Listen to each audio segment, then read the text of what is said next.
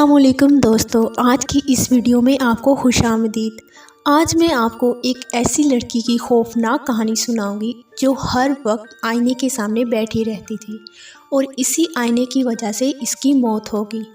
کیا وجہ تھی کہ اس کی موت ہوئی؟ کیا آئینے میں کوئی ایسا سایہ تھا جس کی وجہ سے اس کی موت ہوئی، یا پھر اس کی روح اس آئینے میں قید ہوگی؟ یہ سب جاننے کے لیے اس ویڈیو کو آخر تک ضرور دیکھیے گا کہ کیا ہوتا ہے اس لڑکی کے ساتھ۔ تو چلیے اس کہانی کو شروع کرتے ہیں۔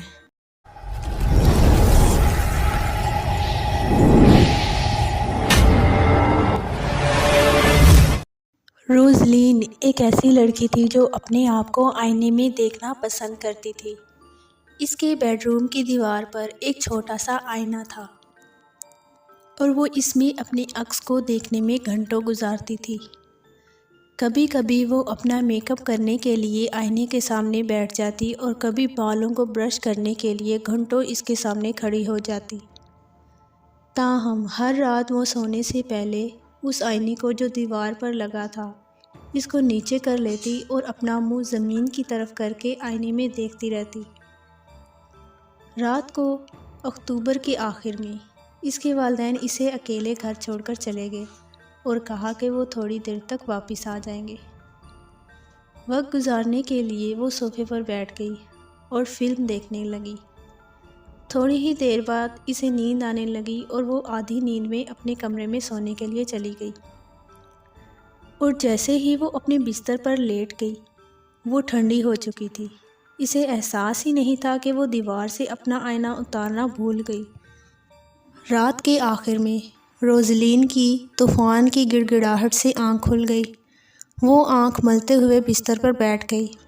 بہت اندھیرا تھا اور کمرے میں کچھ بھی صحیح سے نظر نہیں آ رہا تھا۔ اس نے اپنے بائیں طرف دیکھا۔ اس نے دیکھا کہ اس کا آئینہ ابھی تک دیوار پر تھا۔ اچانک بجلی کے چمکنے سے کمرے میں روشنی ہوئی۔ اپنے آئینے میں گھورتے ہوئے روزلین نے کچھ دیکھا جس نے اسے خوف زدہ کر دیا۔ 3 چھوٹے بچے اسے آئینے میں سے گھور رہے تھے۔ اس کے جسم کا رنگ پیلا اور آنکھیں بالکل کھالی تھیں۔ اس نے بستر میں اپنا منہ ڈھانپ لیا۔ چیخنے کی کوشش نہ کی۔ اس نے دعا کی کہ یہ صرف ایک خوفناک خواب ہو۔ ایک بار پھر سے بجلی کے چمکنے سے کمرے میں روشنی ہوئی۔ اس بار اس نے جلدی سے آئینے میں دیکھا تو وہاں کچھ بھی نہیں تھا، بس اس کا اپنا عکس تھا۔ سکون کا سانس لیتے ہوئے وہ آنکھیں بند کر کے تکیے پر لیٹ گئی۔ روزلین دوپہر تک سوتی رہی اور جب وہ بیدار ہوئی تو باہر طوفان ابھی بھی تھا۔ اس کی بائیں ٹانگ میں ناقابل برداشت درد ہو رہا تھا۔ اس نے ٹانگ کو اوپر کیا کہ اسے کیا تکلیف ہو رہی ہے، تو اس نے دیکھا کہ اس کی ٹانگ پر ایک دھبا تھا جو 2 انچ لمبا اور 1 انچ گہرا تھا، اور اس سے خون بہہ رہا تھا۔ اسے کچھ سمجھ نہیں آ رہی تھی کہ یہ سب کیسے ہوا۔ درد کے مارے اٹھنے کی کوشش کی۔ اس کو آئینے میں سے کچھ نظر آیا۔ غور سے دیکھا تو خون سے لت پت ایک پیغام تھا جس میں لکھا تھا، ہم نے آپ کو رات کو سوتے ہوئے دیکھا ہے۔ روزلین نے چیخ ماری اور واپس اپنے بستر پر گر گئی۔ ایک بچے کی آواز اس کے کانوں میں گونجی، چیخیے مت، اس سے ہمارے کانوں میں درد ہوتا ہے۔ اس نے منہ ڈھانپ کر اپنے کمرے کے ارد گرد دیکھا تو کوئی نہ تھا۔ اس نے اپنا فون اٹھایا اور اپنی دوست ڈالیا کو فون کیا۔ ہیلو، ڈالیا نے کہا۔ خدا کا شکر ہے کہ آپ نے جواب دیا، روزلین نے کہا۔ ڈالیا نے پوچھا، کچھ ہوا ہے؟ میں ابھی وضاحت نہیں کر سکتی، مجھے ڈر لگ رہا ہے۔ کیا میں آپ کے گھر آ سکتی ہوں؟ میرے والدین ابھی تک گھر نہیں آئے ہیں، حالانکہ انہوں نے مجھے کہا تھا کہ اب تک واپس آ جائیں گے۔ بالکل، تم آ جاؤ، ڈالیا نے جواب دیا۔ روزلین نے فون بند کیا اور اس نے دوبارہ آئینے کی طرف دیکھا۔ آئینے پر جو لکھا تھا وہ مٹ چکا تھا۔ یہ دیکھ کر وہ فوراً کمرے سے نکلی اور جب تک وہ ڈالیا کے گھر نہ پہنچی تب تک رکی نہیں۔ جیسے ہی ڈالیا نے دروازہ کھولا، روزلین خوف سے لرزتی ہوئی اندر داخل ہوئی۔ اس نے ڈالیا کو ٹانگ پر وہ زخم دکھایا اور اسے سب کچھ بتایا جو ہوا تھا۔ میں نہیں جانتی کہ میں تم سے کیا کہوں، ڈالیا ہلکاتے ہوئے بولی کہ تم یہاں سو جاؤ۔ آدھی رات کو روزلین کی آنکھ کھل گئی۔ اس کی ٹانگ جل رہی تھی اور اسے پیاس بھی لگ رہی تھی۔ وہ بستر سے اٹھی اور کچن میں چلی گئی۔ دالان میں ایک بڑا آئینہ تھا جو دیوار پر لٹکا ہوا تھا۔ اس نے اسے نہ دیکھنے کی کوشش کی لیکن کسی چیز نے اسے اس کے قریب کر دیا۔ اس نے دیکھا کہ آئینے میں 12 بچے تھے۔ ان کی جلد بھی پیلی اور آنکھیں سیاہ تھیں۔ وہ کچن میں بھاگی اور اس خوفناک تصویر کو اپنے ذہن سے نکالنے کی کوشش کی۔ تبھی اس نے کچن کے دیوار پر ایک پرانا آئینہ دیکھا۔ اس نے آئینے میں اپنی والدین کو دیکھا۔ ان کی جلد پیلی تھی اور سیاہ آنکھیں تھیں۔ وہ ایسے لگ رہے تھے جیسے مر چکے ہوں۔ ماں، بابا۔ وہ دھیرے دھیرے پیچھے ہٹی۔ اس کے گالوں پر آنسو بہہ رہے تھے۔ اچانک وہ کسی چیز سے ٹکرائی اور گر گئی۔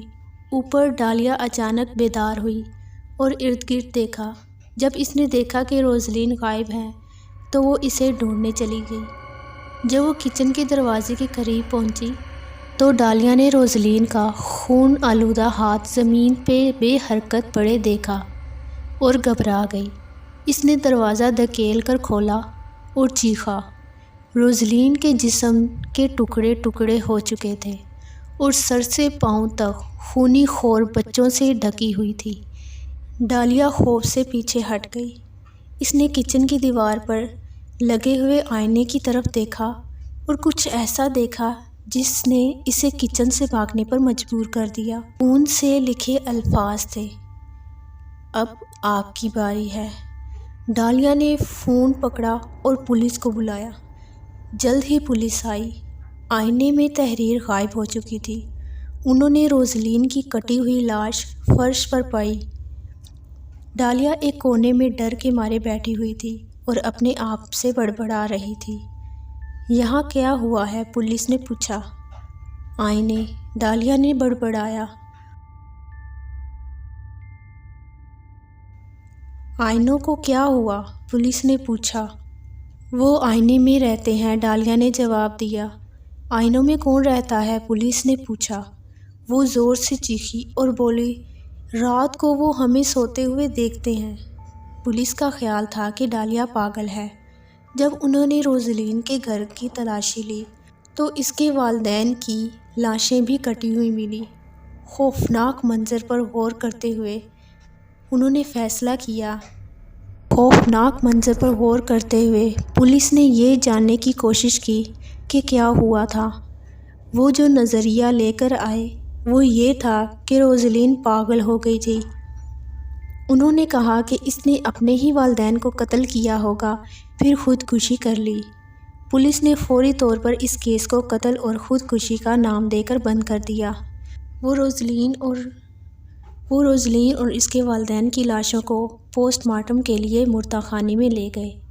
انہوں نے ڈالیا کو ہتھ کڑیاں لگائیں اور اسے بتایا کہ وہ اسے پوچھ گچھ کے لیے اسٹیشن لے کر جا رہے ہیں۔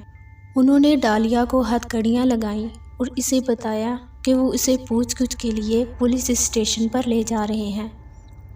جاتے جاتے ڈالیا نے ایک بار پھر آئینے کی طرف دیکھا۔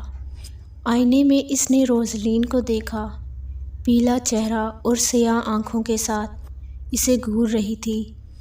اب وہ مجھے نہیں چھوڑیں گے، ڈالیا بڑبڑائی۔ پھر پولیس اسے لے گئی۔ آج تک پولیس اس کیس کو سلجھا نہ سکی کہ کون قاتل تھا جس نے روزلین اور اس کے والدین کو مارا، لیکن ڈالیا جانتی تھی کہ وہ سایہ ہی تھا جس نے ان کو مار ڈالا۔ لیکن اب وہ ڈالیا کو بھی نہیں چھوڑیں گے۔